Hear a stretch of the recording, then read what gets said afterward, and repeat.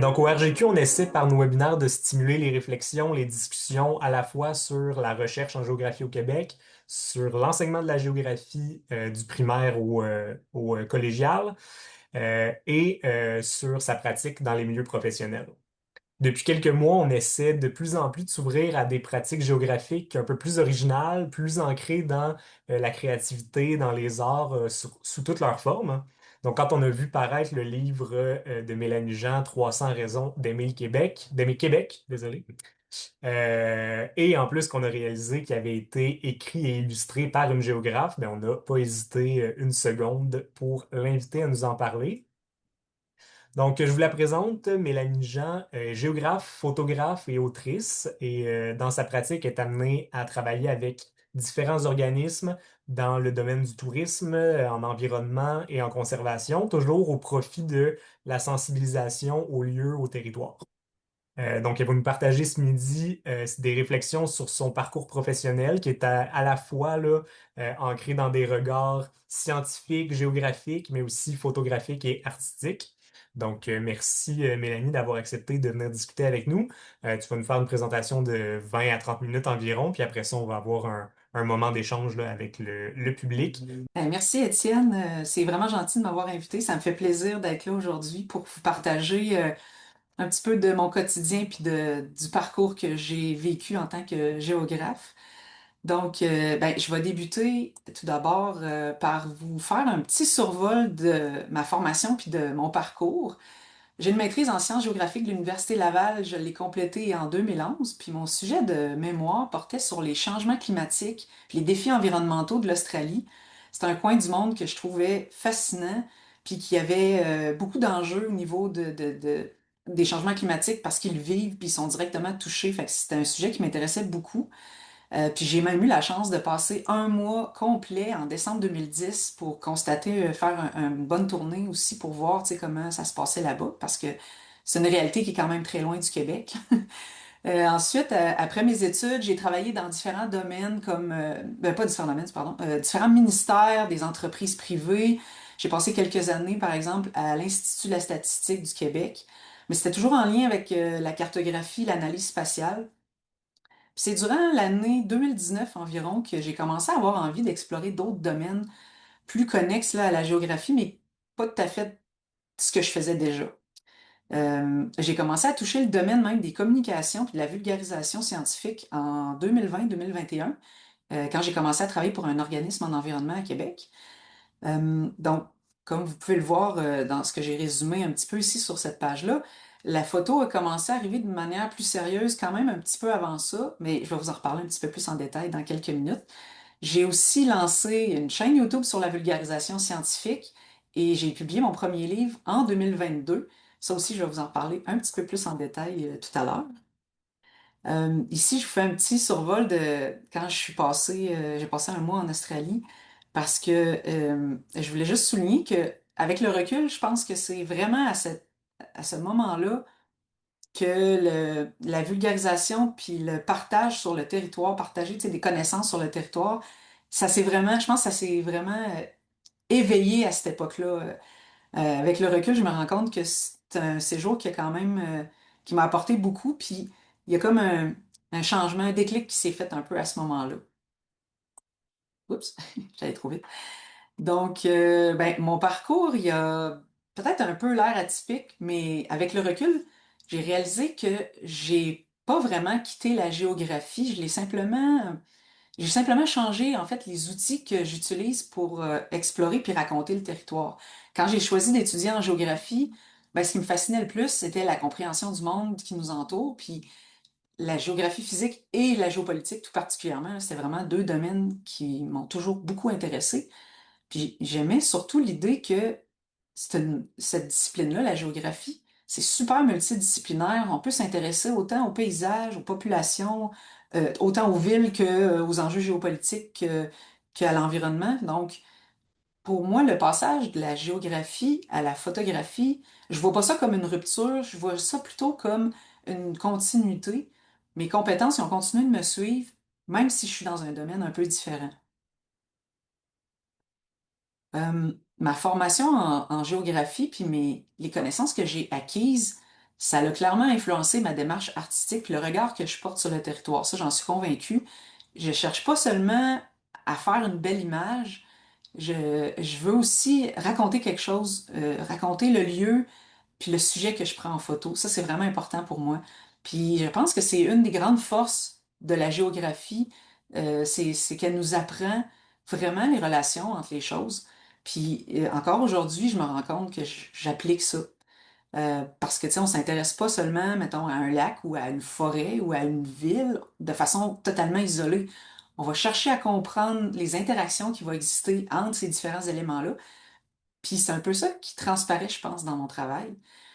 Mais aujourd'hui, je réalise que c'est une approche, cette approche-là m'a vraiment influencé ma pratique. Puis souvent, même sans que j'y pense, je me rends compte que j'analyse le territoire quand même avant de prendre une photo. C'est comme un peu un automatisme parfois. Puis je pense que ça m'aide même aussi à la composition de l'image. Parce que ça, c'est un élément qui est quand même assez important en photo. Quand je compose une image, j'essaie de révéler les liens entre les différentes composantes, par exemple, d'un paysage ou le lien entre... J'essaie de mettre, mettons, l'animal en valeur, mais par rapport à son paysage, par rapport à l'environnement. Donc, les liens sont jamais loin. Puis j'essaie vraiment de les transposer dans la composition de mes images. Je pense que les connaissances que j'ai acquises en géographie, ils vont venir vraiment enrichir l'expérience esthétique que je peux créer avec les images. Parce que, tu sais, un paysage, il peut être beau parce qu'il est beau, mais quand on comprend un petit peu qu'est-ce qui se passe derrière, tu sais, comment il a été façonné, puis ça, c'est quelque chose aussi que je partage beaucoup. Tu sais, je vais partager une image, mais je vais partager le contexte aussi. Puis là, je pense que dans ce temps-là, on acquiert comme une profondeur supplémentaire. Fait que pour moi, la photo, ça se situe vraiment à la rencontre entre l'émotion puis la compréhension de l'image. Mais je souhaite surtout toucher les gens par les images, puis les inviter aussi à découvrir, tu sais, l'histoire du territoire ou des choses en lien avec le territoire pour qu'ils sachent qu'est-ce qui se cache derrière. Puis je dirais que la géographie, ça m'a pas seulement appris à observer le territoire, ça m'a vraiment appris à faire des liens puis à lire le territoire. Donc, en sachant tout ça, on peut se demander, ben là, finalement, en quoi consiste mon travail aujourd'hui? Ben, aujourd'hui, je me spécialise, je suis vraiment beaucoup plus dans la photographie maintenant. Je me spécialise dans ce que moi j'appelle la mise en valeur du territoire. Je travaille principalement, on l'a dit un petit peu au début, là, des entreprises en conservation, par exemple. Je collabore énormément avec Canard Illimité Canada. Je vais vous donner des exemples d'ailleurs à la fin de la présentation de ce que je fais avec eux. Je collabore encore de temps en temps aussi avec les Marais du Nord à Québec. Je travaille aussi beaucoup avec des hôteliers, des musées, des agences touristiques. Je fais de la photo à la fois standard et drone. Je suis pilote de drone aussi pour ce type de clientèle-là. Donc, mes spécialités, c'est vraiment la nature, le plein air, la faune, dans le domaine touristique puis la conservation de la nature. Puis aussi, je donne des ateliers de photos dans la région de Québec. Ça, je trouve ça vraiment le fun. C'est principalement, celui que je donne le plus, c'est un atelier d'initiation à l'astrophotographie. Ça, c'est une passion que je me suis découvert fin 2023, début 2024. Puis là, dans le courant de l'année 2024, j'ai décidé de me lancer puis d'approfondir ce créneau-là de la photo. Donc, dans cet atelier-là, j'accompagne des débutants en astrophotographie ou carrément des débutants en photo qui ont envie d'améliorer leur technique. Ça peut paraître un peu compliqué parfois, ce type de photo-là, mais quand on comprend comment ça fonctionne, ensuite, c'est juste la pratique que ça prend. Donc, je trouve ça vraiment le fun de pouvoir comme aider les gens parce que après ça, ils sont capables d'être un peu autonomes pour pouvoir faire leurs propres images. Puis, j'accompagne aussi individuellement de plus en plus des gens qui ont envie de s'initier à la photo, ou qui ont envie d'améliorer un petit peu les connaissances qu'ils ont déjà acquis. Fait que ça, c'est vraiment le fun de pouvoir accompagner ces gens-là. Et je me suis, dans les dernières années récemment, découvert une immense passion pour la photographie animalière. Ça, c'est un peu mon passe-temps, mais en même temps, vous allez le voir un peu plus loin, je peux quand même faire profiter certains organismes, certains clients là, de ce type d'image-là. Fait que c'est vraiment chouette de pouvoir ajouter cette passion-là encore plus, ça fait partie là, de la palette de mon offre, si je peux dire. Puis, là, c'est un peu moins lié à la photo, mais là, on se rapproche peut-être un petit peu plus de la géographie. En 2020, j'ai décidé de lancer une chaîne YouTube pour vulgariser plein de sujets en géographie. Fait que j'ai appelé ça Géographie 101, pour garder ça simple. Puis j'avais vraiment envie de partager cette passion-là que j'avais sur le territoire, les sciences qui ont un lien là, avec la géographie. Donc, 6 ans plus tard, ben, c'est un petit peu plus que 3000 abonnés, puis 130 vidéos que j'ai produites entièrement moi-même sur une foule de sujets qui sont disponibles sur ma chaîne, puis c'est vraiment grand public. Donc, pour les petits, les grands, si vous êtes passionné de sciences, vous allez trouver sûrement des sujets qui vont vous intéresser. J'ai essayé de ratisser quand même large là, pour toucher plein d'intérêts, mais qui ont toujours un lien avec la géographie. Fait que je vous invite à découvrir mon travail via cette chaîne-là. Si vous aimez ce genre de sujet-là, d'après moi, ça va vous intéresser. Et quand eu envie de me lancer de façon vraiment professionnelle en photographie, je savais quand même déjà assez vite que je voulais me diriger dans le domaine du tourisme. C'était vraiment quelque chose qui me passionnait beaucoup. Et euh, je me suis dit, quoi de mieux que, comme premier sujet, que le territoire qui m'entoure, la ville de Québec. Et comme je suis aussi une grande fan d'histoire et d'architecture, ben, je voulais trouver une façon aussi originale là, de parler du territoire, puis de ce qui m'entourait. Ben, je me suis mise à arpenter les rues de ma ville, puis de faire plein de découvertes aussi. Puis là, après quelques mois, je me suis dit, ah, ça serait intéressant de trouver une manière de mettre ça en valeur, puis de partager tout le matériel que j'avais accumulé, parce que j'avais vraiment, vraiment beaucoup, beaucoup d'images, puis je me demandais un peu quoi faire avec ça. Puis là, c'est là que l'idée m'est venue de créer le compte Instagram I Love Québec City. C'est à la fois une manière un peu de faire un portfolio, mais surtout, c'était ma façon à moi de partager ma passion pour le territoire, puis toutes les belles découvertes que j'avais faites là, au fil de mes rencontres, puis des promenades que je faisais là, un peu partout dans la ville. Puis près de 10 ans plus tard, ben là, je suis vraiment surprise du succès que rencontre ce compte Instagram-là, parce que là, j'ai découvert que je suis pas la seule qui est passionnée par la ville de Québec. Et j'ai des abonnés de partout dans le monde, de l'Europe aux États-Unis, de l'Ouest canadien, à aller même vraiment plus loin. Là, on ratisse assez large, puis c'est vraiment, vraiment chouette de voir ça. Puis, ouais, pour être honnête, au moment où j'ai créé ce compte-là, j'étais vraiment loin de me douter que ça allait m'amener vers l'écriture, puis que ça allait même m'ouvrir les portes du métier d'autrice. J'étais loin de me douter de ça à cette époque-là. Donc, en 2022, plusieurs années après avoir créé ce compte-là, puis avoir commencé aussi à travailler en photographie, j'ai eu envie de faire quelque chose d'encore plus différent aussi avec mes images. Puis l'écriture, ça a toujours été quelque chose je l'ai pas dit au début, mais c'est quelque chose qui m'a toujours beaucoup passionné. Fait que je me suis dit, pourquoi pas combiner les deux? Ça serait génial. Fait que là, j'ai eu l'idée de faire un premier livre qui s'appelle Quand Champlain rencontre Frontenac, un voyage photographique au cœur de Québec. Ça, c'est un livre photo. Dans le jargon, on appelle ça table à café.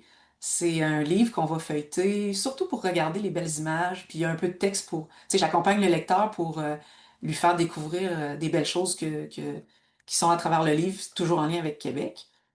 Puis, en 2026, là, j'ai finalement publié mon deuxième livre, celui qu'on a parlé au début de la présentation, 300 raisons d'aimer Québec. Ça, c'était un très gros projet que j'avais à cœur. C'est un guide touristique vraiment hors du commun parce que je vais vous faire découvrir Québec comme si je vous amenais avec moi visiter ma ville. Je vais vous amener dans les endroits où j'aime aller marcher, où j'aime aller faire de la photo, évidemment. Des endroits où j'aime aller faire des visites guidées, mes coups de cœur au niveau des musées, mes coups de cœur aussi au niveau des restaurants. Puis il y a même, à travers le livre, quelques entrevues avec des gens de la région qui ont des histoires fascinantes. Tu sais, ça peut être des entrepreneurs, mais des fois, c'est c'est des gens qui sont dans carrément d'autres domaines. Puis ça va vous donner aussi une autre facette un peu de Québec. Fait que je trouvais que c'était vraiment un concept super original pour faire une histoire courte. C'est une collection de livres. Donc, il existe plusieurs titres, 300 raisons d'aimer, puis là, il y a plein d'autres villes qui existent. Fait que je trouvais vraiment le concept génial. Comme Québec n'existait pas, je leur ai proposé de faire ça. Puis, ça a pris quand même beaucoup. Ça a pris un bon 6 7 ans avant que le projet voit le jour. Donc, comme vous pouvez voir, là, ça peut quand même être... faut être patient pour mener à terme ce genre de projet-là.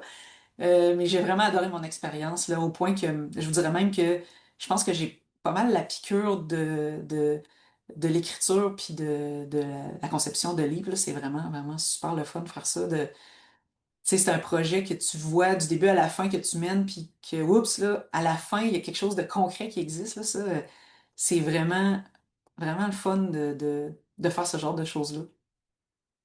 Donc, je vous donne juste quelques petits exemples, là. Mon premier livre, là, pour vous donner une idée de quoi ça avait l'air, tu sais, je mettais vraiment l'accent sur les images beaucoup, mais j'expliquais vraiment, tu sais, qu'est-ce que les gens pouvaient voir dans ce livre-là. Donc, ça avait quand même une petite saveur touristique aussi. Puis là, dans 300 raisons d'aimer Québec, là, on passe à un autre niveau. On va vraiment un peu plus, tu sais, on plonge dans le territoire plus en détail. On raconte des histoires. On raconte l'histoire de soit d'un édifice, d'une personne ou d'un commerce. Puis ce qui est le fun, c'est que chaque chapitre va débuter par une carte géographique où on va localiser toutes les... Parce que chaque chapitre a ses raisons.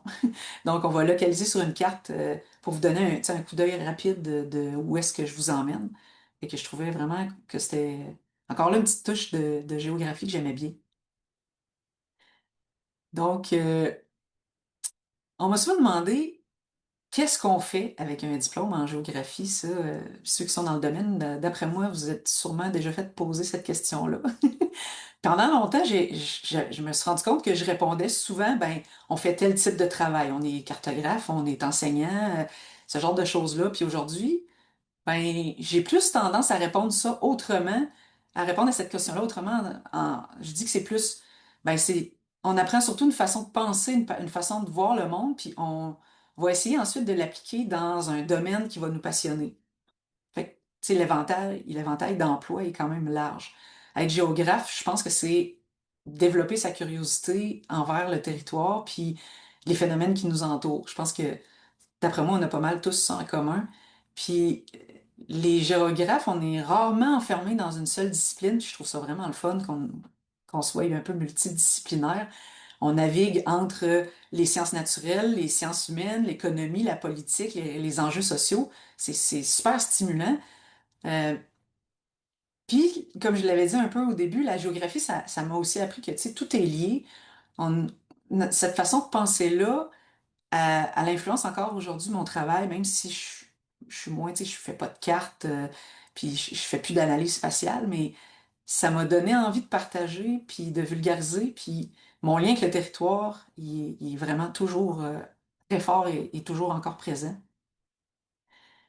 Puis quand j'ai commencé mes études, si on m'avait dit que je deviendrais photographe, autrice, pilote de drone, créatrice de contenu sur YouTube, je suis pas sûre que j'aurais cru ça, honnêtement. Ça démontre un peu, tu sais, euh, la polyvalence, en fait, je trouve que on a en géographie, puis je pense que on développe ça aussi. Pendant longtemps, j'avais l'impression vraiment que, tu sais, mon parcours il était atypique parce que j'ai fait des allers-retours, j'ai avancé, j'ai reculé, j'ai changé de domaine, je suis revenue. Puis je me demande des fois, même si est-ce que j'étais encore géographe, mais parce que, tu sais, on a tendance vraiment à associer notre identité professionnelle à un emploi vraiment précis. Puis avec le temps, je me suis rendu compte que ben, une carrière, c'est pas toujours une ligne droite. Ça va évoluer au gré des opportunités, au gré des rencontres, de nos intérêts qu'on va développer, de nos compétences qu'on va acquérir. Puis, tu sais, on nous présente souvent un parcours professionnel comme une succession de longues étapes. Mais la réalité, c'est vraiment pas ça. C'est vraiment plus nuancé. Comme je le disais, tu sais, on peut faire des fois des détours, des allers-retours, puis je pense que c'est une bonne chose parce que, tu sais, par exemple, moi, après avoir travaillé pendant quand même plusieurs années en cartographie, ben, après quelques années, je sentais que j'avais besoin de quelque chose de nouveau. Puis même si mon intérêt pour le territoire était toujours présent, parce que je savais que j'allais pas vraiment m'éloigner de ça, la réflexion avait comme déjà commencé. Puis la photographie, ça a pris de plus en plus de place dans ma vie. Puis là, à un moment donné, j'ai vraiment eu le déclic, puis j'ai pris la décision que j'en ferais mon métier. J'avais pas encore d'idée super précise il y a une dizaine d'années de qu'est-ce que je ferais exactement, à part, comme je le disais, là, que c'était vraiment le tourisme qui m'intéressait, mais je pense qu'il faut s'autoriser à à se remettre en question puis à évoluer. Nos intérêts changent, nos priorités vont évoluer, puis je pense que c'est juste normal. Aujourd'hui, ben, je réalise que bâtir une carrière, on rassemble plusieurs passions, en fait, quand on fait ça, je trouve, là. Puis, à mon avis, d'avoir plusieurs intérêts, c'est pas un manque de cohérence, je pense que ça peut même être une force. C'est pas parce que j'ai quitté certains milieux tu sais, c'est pas parce que tu vas quitter, mettons, un emploi que tu vas abandonner tes compétences. Tu sais, ils vont te suivre c'est ton bagage qui va te suivre toute ta vie. Donc, les compétences qu'on va développer en géographie, je pense que ça peut vraiment nous ouvrir des portes sur plein de domaines. Donc, que ce soit à travers la photo, une vidéo ou un livre, ben, je réalise que ce que j'essaie de faire, au fond, c'est raconter des histoires. Pas pour simplifier la réalité, mais pour la rendre plus accessible, la rendre plus humaine. Puis les récits, ils ont ce pouvoir-là de susciter l'émotion, puis c'est ce que je trouve génial. Ça vient aussi piquer la curiosité des gens, ça suscite l'empathie. Tu sais, on dit souvent qu'une image vaut mille mots, puis c'est vraiment le cas. Je pense que même à mon avis, les géographes ont un rôle quand même important à jouer à ce niveau-là dans le partage des connaissances, puis de rendre accessible peut-être le territoire dans le sens où la compréhension du territoire. Euh, Parce que nous-mêmes, on a les outils pour le faire. Tu sais, on a eu une formation assez multidisciplinaire, mais ça nous ouvre beaucoup de possibilités. On a, je pense, un peu cette responsabilité-là de rendre ces connaissances-là accessibles au plus grand nombre. Puis ça permet aussi de créer des liens entre les gens puis le territoire. Fait que je trouve ça vraiment super aussi. Et là, on peut se demander, ben, qu'est-ce que la géographie m'a appris en résumé? Je dirais que si j'avais juste un élément à retenir, c'est d'être attentive aux détails. Puis ça, c'est quelque chose que j'applique beaucoup aussi en photo. euh, Tu sais, à force de faire de la photographie aussi, tu sais, on développe son œil puis tout ça, puis je me rends compte, puis des fois, c'est même mes amis qui vont m'accompagner puis qui vont me le faire remarquer. Ils vont dire, mon Dieu, t'as remarqué ce détail-là, je l'avais même pas vu. Fait que je pense qu'on développe quand même beaucoup ça. Ça m'a appris aussi que derrière chaque lieu, il y a toujours une histoire, qu'elle soit humaine ou naturelle. Euh, Puis ça a aussi beaucoup aiguisé ma curiosité naturelle, puis ça l'a amené vraiment à un autre niveau. La géographie, ça m'a appris à me poser des questions, ça m'a appris à faire des liens. Euh, Ça m'a appris aussi à rester curieuse, surtout. Puis plus j'en apprends sur le monde, plus je me rends compte que j'en ai beaucoup à apprendre. Puis cette curiosité-là, c'est vraiment devenu le moteur de mes projets, euh, que ce soit en photographie ou en écriture. C'est vraiment ce qui me motive. Puis la géographie aussi m'a appris à transmettre. Euh, Pendant un certain temps, j'avais même envie d'enseigner, puis finalement, ça a juste pas marché, mais euh, ça m'a donné envie de partager. Puis tu sais, j'enseigne pas, mais je le fais d'une manière différente à ma façon. Euh, Puis je me suis rendu compte que peu importe le médium que je vais utiliser, ben, mon travail, ça consiste surtout à créer des ponts entre les gens, mais aussi entre le territoire, les connaissances, puis ça forme un tout aussi. Puis souvent, même sans que je m'en rende compte, ben c'est ça, je réalise que la géographie est vraiment souvent derrière beaucoup de projets que je réalise. Puis je pense que finalement, j'ai jamais cessé d'être géographe. J'ai juste trouvé une, ma façon qui est différente de porter un regard sur le monde, puis de le partager, puis de raconter le territoire aux autres. Fait que ça démontre que, tu sais, un géographe X puis un géographe Y, ça peut être deux personnes complètement différentes, des intérêts différents.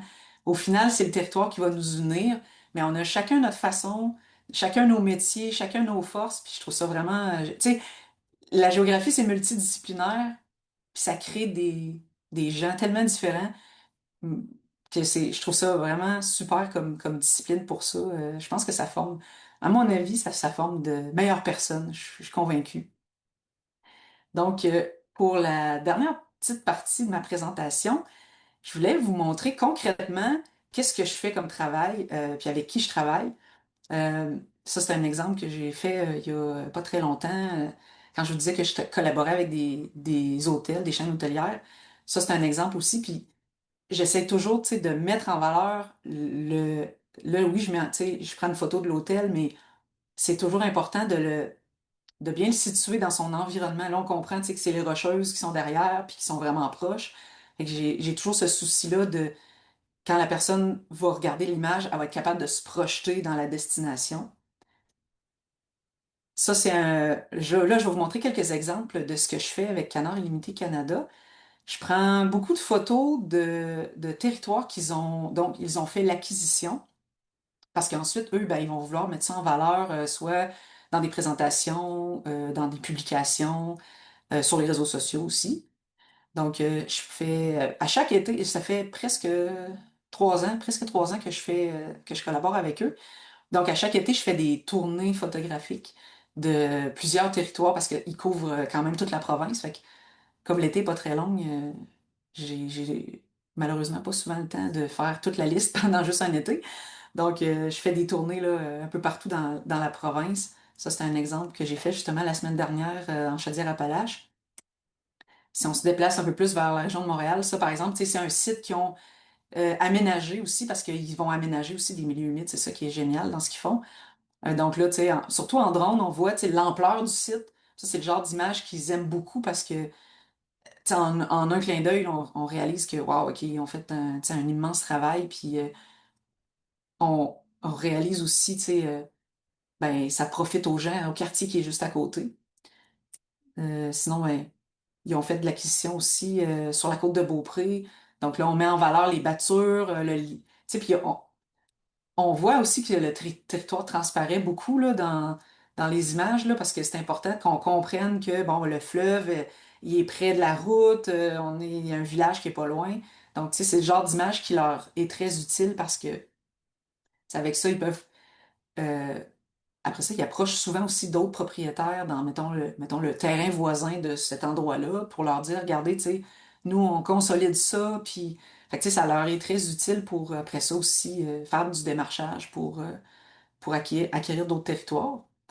Je fais même aussi un peu de l'événementiel pour eux, comme, tu sais, chaque année, ils organisent une course au bénéfice des milieux humides.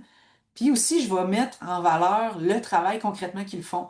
Ça, c'est un exemple que j'ai fait l'hiver dernier. Ils sont carrément en train d'aménager un milieu humide là, dans un quartier. Fait que ça aussi, c'est vraiment le fun de. Pour moi, personnellement, je trouve ça génial aussi de voir ça, là, toutes les étapes là, de A à Z de comment c'est fait un milieu humide. Puis le genre de travail aussi que eux font sur le terrain. Je collabore aussi, je fais des articles de blog pour eux aussi. Euh, j'ai même la chance de faire de la voix hors champ pour certaines vidéos qu'ils produisent. Puis, je vous disais tantôt que je me passionnais beaucoup pour l'animalier. Ben, ce qui est le fun, c'est que mes photos en photographie animalière peuvent aussi leur être utiles pour toutes sortes de besoins. Fait que je suis vraiment contente que mes images puissent servir pour ce genre de cause-là. Puis, récemment, j'ai commencé un contrat pour la communauté métropolitaine de Québec. L'objectif, c'est de mettre en valeur des milieux naturels dans la région de Québec. Donc ça, c'est pile dans mes cordes, là. J'étais vraiment contente quand ils m'ont choisi pour ce besoin-là. Puis, pas plus tard que hier matin, j'étais sur l'île d'Orléans pour faire des photos du musée maritime. C'est un client que j'ai depuis plusieurs années, puis c'est vraiment le fun de collaborer avec des entreprises sur l'île d'Orléans. Là. C'est tellement un setting de rêve. Puis, pour terminer, j'ai aussi la chance de faire des expositions photos. J'en ai fait une, l'image que vous voyez à gauche, c'est une ancienne exposition que j'ai faite l'an dernier sur la faune des milieux humides en Floride. Puis présentement, il y en a une qui roule sur l'astrophotographie. Et ça, je suis vraiment super contente de faire ça en collaboration avec la Ville de Québec. Fait que mon exposition là, en juillet et en août, pour les gens qui sont à Québec, va être à côté de la bibliothèque Monique Corriveau sur la route de l'Église. Voilà, j'ai essayé de pas trop prendre de votre temps puis de faire un survol le plus complet possible. Mais je vous remercie encore de m'avoir invité. Puis si vous avez des questions, ça va me faire plaisir d'y répondre. Merci pour votre écoute. Pour découvrir nos prochaines activités, suivez-nous sur nos réseaux sociaux et restez à l'affût de nos prochains webinaires. Géographiquement vôtre, au plaisir.